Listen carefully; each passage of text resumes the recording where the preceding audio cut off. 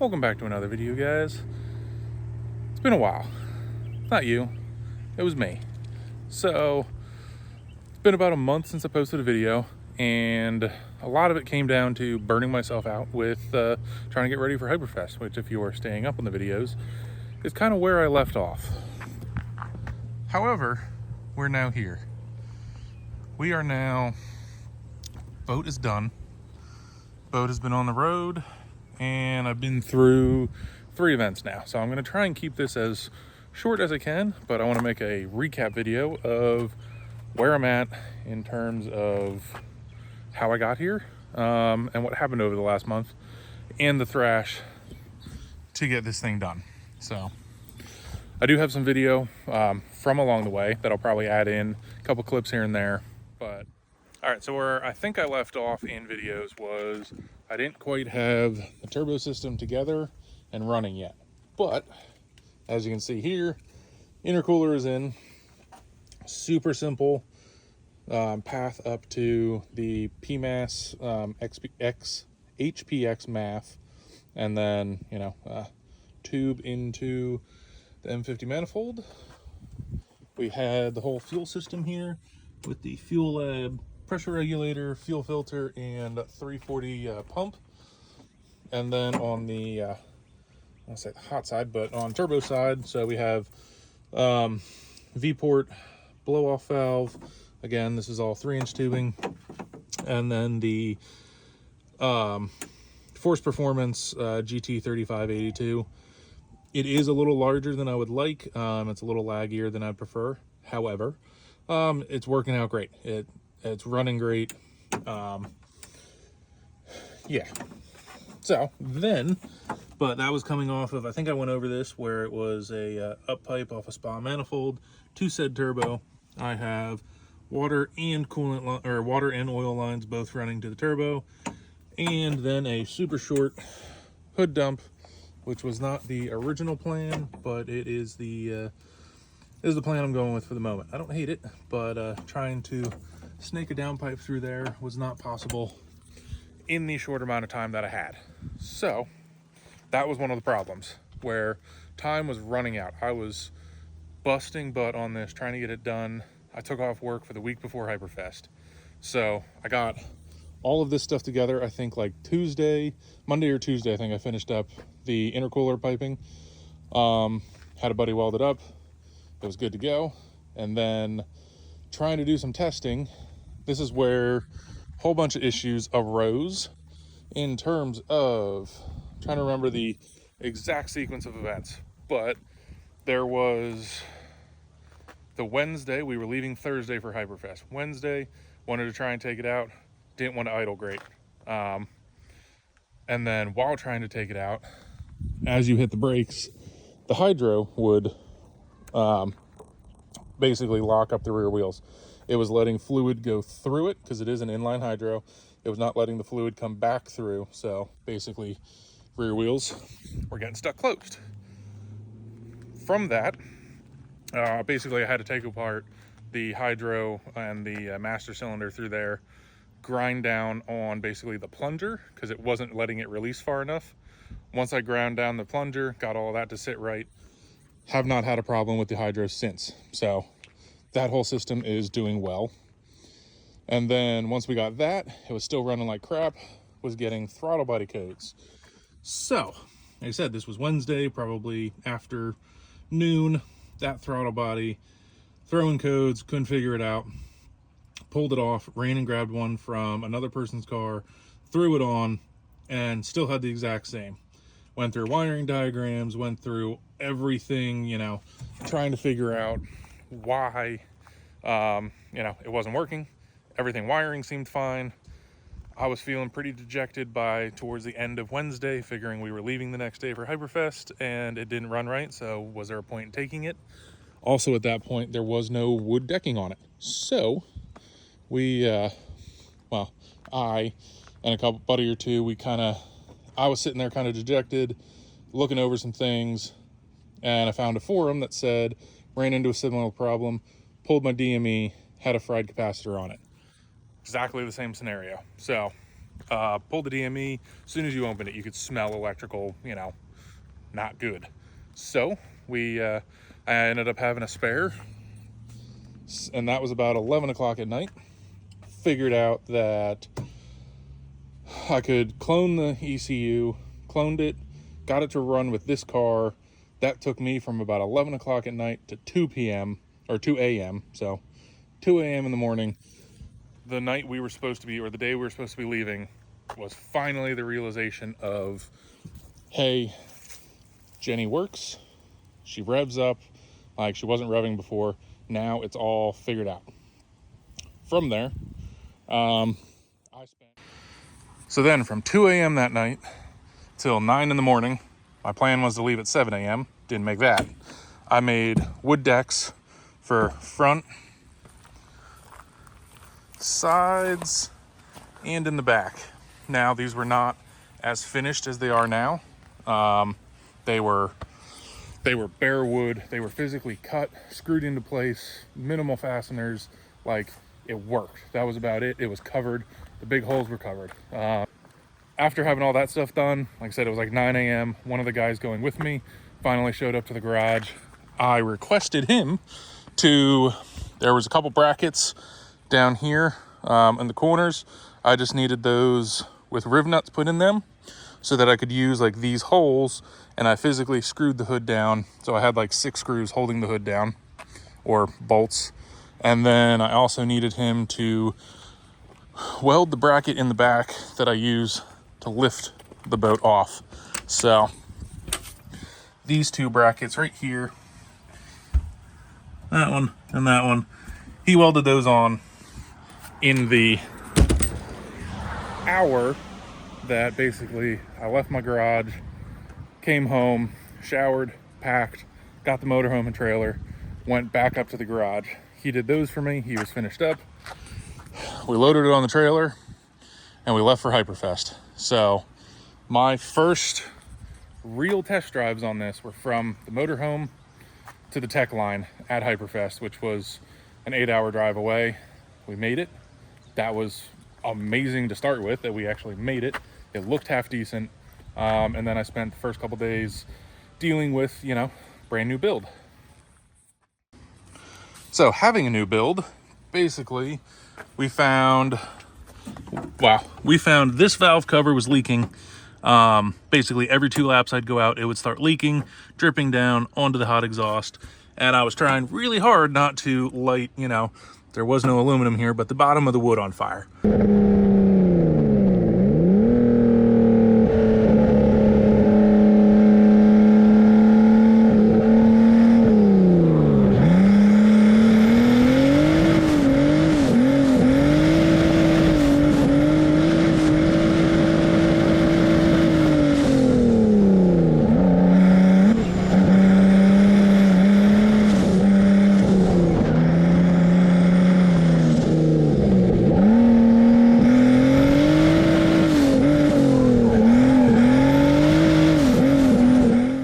So we ran a little bit without the hood until we got it figured out.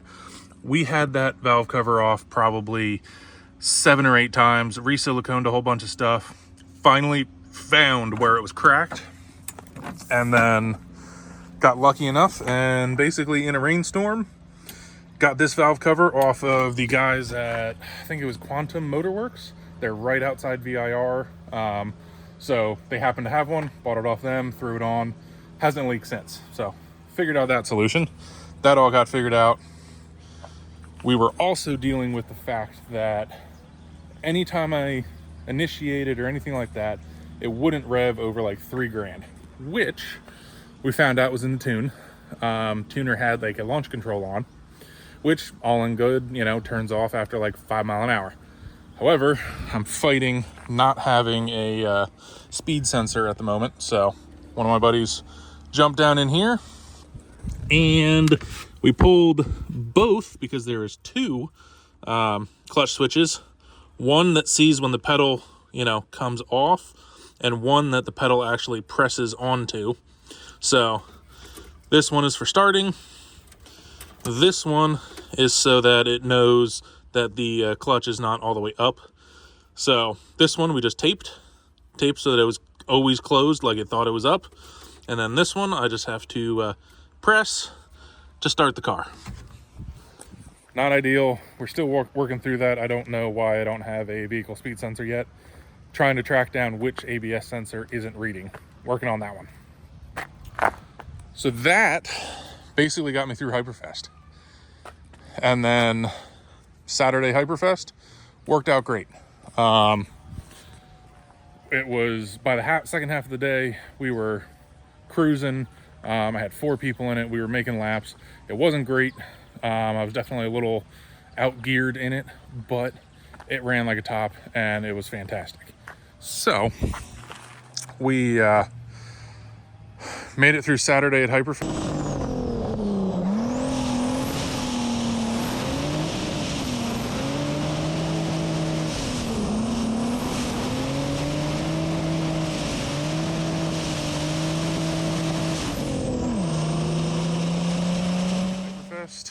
Which then Sunday is kind of the easier day. You run some skid pad stuff, which skid pad then, like 5 laps in, I took a couple people for ride-alongs, having a great day, and I exploded the trans.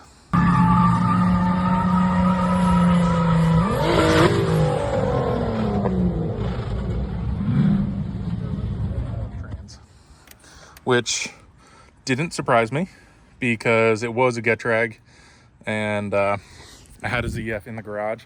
I just completely ran out of time to put it in, so blew that trans up. Had an interview with Larry Chen during, after it blew up, so, good and bad. We drove it over here. So you guys set the transmission. So then once we got home from Hyperfest, put the other trans in it and drive shaft, and we, made it through basically the Hyperfest issues. So once I made it through all the Hyperfest issues and we were back, it was time to work on the details. Which actually, I think I ran Evergreen June event. I think it was 2 weeks later, a week later. I think I had 1 weekend in between, so it was 2 weeks later. Very similar, actually. Boat aesthetically didn't change. I just fixed the trans. And then that's actually where I ran into my first cooling issues. So, lower rad hose, I have basically an adapter in there going that has the coolant feed line coming out of it. That basically the lower hose seemed to give me some issues. It was an older hose. I wanted to slide off of there. I didn't have the best clamps on it either, so it pulled back at one point, was starting to piss coolant, and then at one point it blew off completely, or I think I thought it blew off completely. Ended up coolant expansion tank on these E46s. Yeah, exploded that. Like a whole 9-inch crack down the side of it. I don't even know how old the tank was, so I ended up getting a tank off somebody at the track. I fixed my lower hose, and it was just unfortunate timing because I was trying to run the comp and the tank blew while sitting basically in grid waiting to run comp lines. So I think that brought us through basically. Add a whole bunch of clips here of we had a great time. I filmed a bunch with having people in for ride-alongs and just, amazing time with fans and people and getting people in the boat to experience Jenny.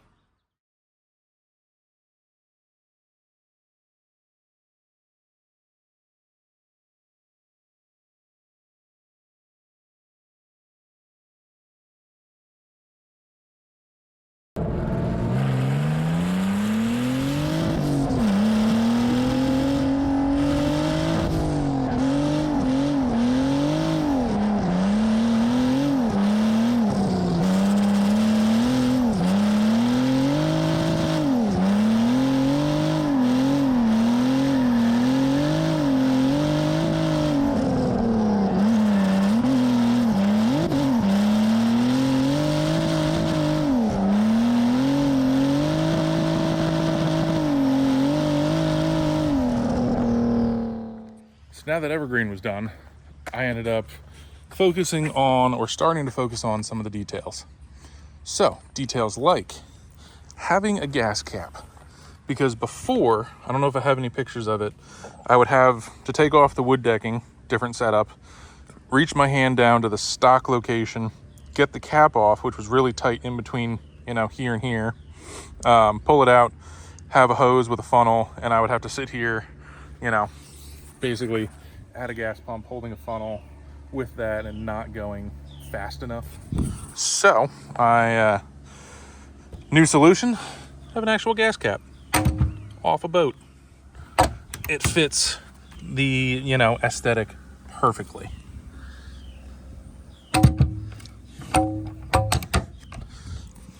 Works. Don't throw any codes with it, anything like that.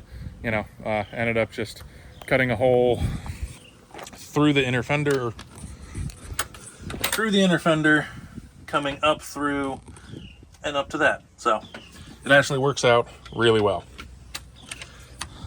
And then once that was figured out, it was getting all of the decking, solidified. There's still some gaps here and there that I'm not a fan of, but without doing more of a major redesign, I think it is kind of is what it is. So decking got done, finished up, sanded how I wanted it, and then we stained it to give it this more kind of teak feel.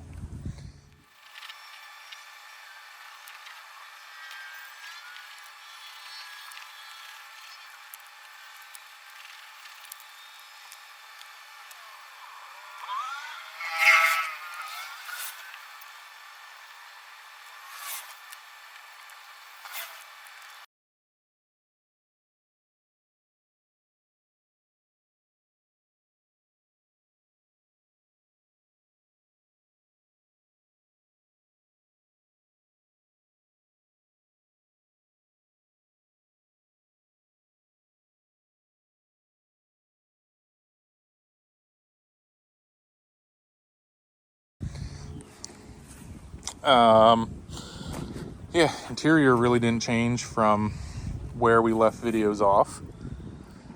But then, as you saw, so I did this rear hatch early on. I just didn't have the wood on it, but I used the original trunk hinges are in here. As you can tell, some of this stuff is still not painted, but I did add aluminum to the bottom side of the wood, which keeps me from, it makes me feel safer about fire. Say anything happens underneath, I'm not just having fire right on wood.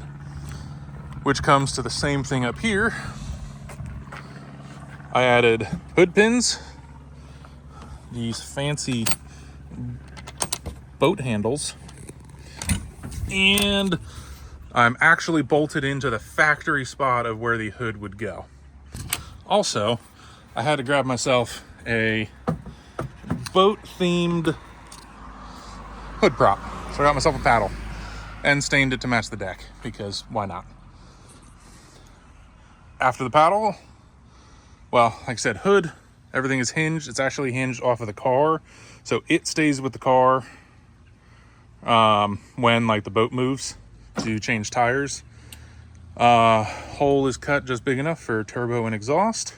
And again, aluminum on the bottom side. This front one we did get to paint before I got it on. So I feel more comfortable and happy now. I do still want to get a turbo blanket for the turbo to help keep, it's close enough to the wood here that, peace of mind. So I'm going to stop this one here. That way this thing doesn't get too long and rambly and all that, because I'm pretty sure it's already rambly and you just watch me stand in front of my house and, point at things on the boat. So next one, a little bit more action and try and get everybody back up to date, because as I'm filming this, there is a whole bunch of, new updates that I really want to keep everybody up to. And this video is a couple months old for me, but here you go. And remember, like, comment, subscribe. It all helps. This is the Captain out.